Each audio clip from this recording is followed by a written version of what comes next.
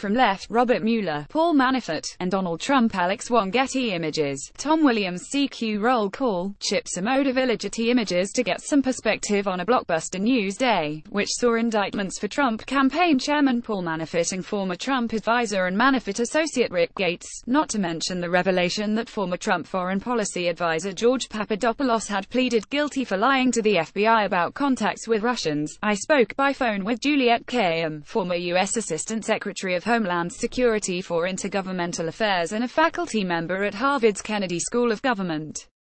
During the course of our conversation, which has been edited and condensed for clarity, we discussed how Robert Mueller may have bought himself some time, what signal he may be sending to Trump world, and the danger of forgetting how serious this scandal already is.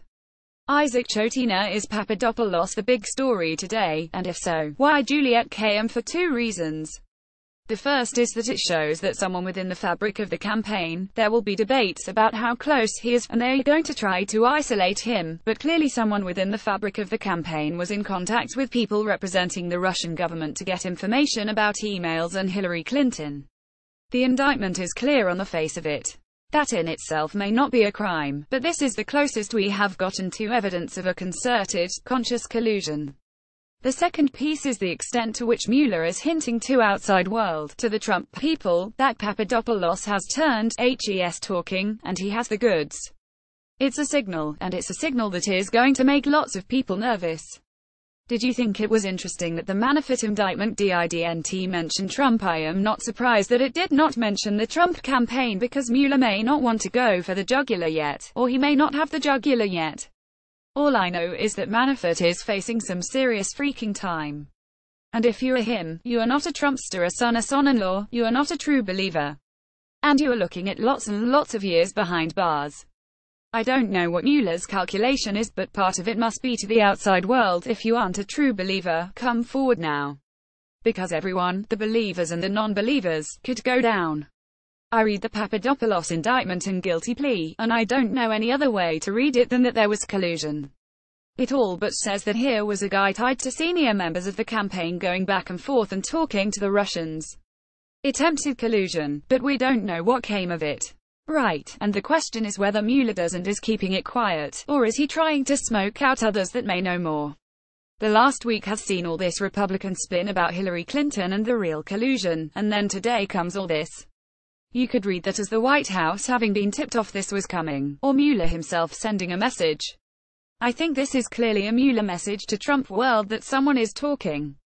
I can't ascribe intent to Robert Mueller, but I can describe the consequences of what he did. By these actions today, he bought himself some time. I don't want to say he was nervous about getting fired. I don't know what he was thinking, or if he was nervous about Republicans saying this has to stop. But there is no way, given what unfolded today, that people can say this is just a far-flung witch hunt with no specifics. You said somewhere people should bifurcate the collusion and dirty money issues. I will be on air for CNN or something, and people will say, he's just looking at Manafort's money and blah blah blah. And I am guilty of this too. We think all the deep financial dealings in some way are not related or could only possibly be related to collusion.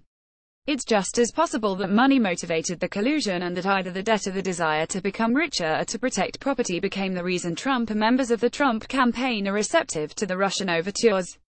So instead of thinking they are different, they may be related.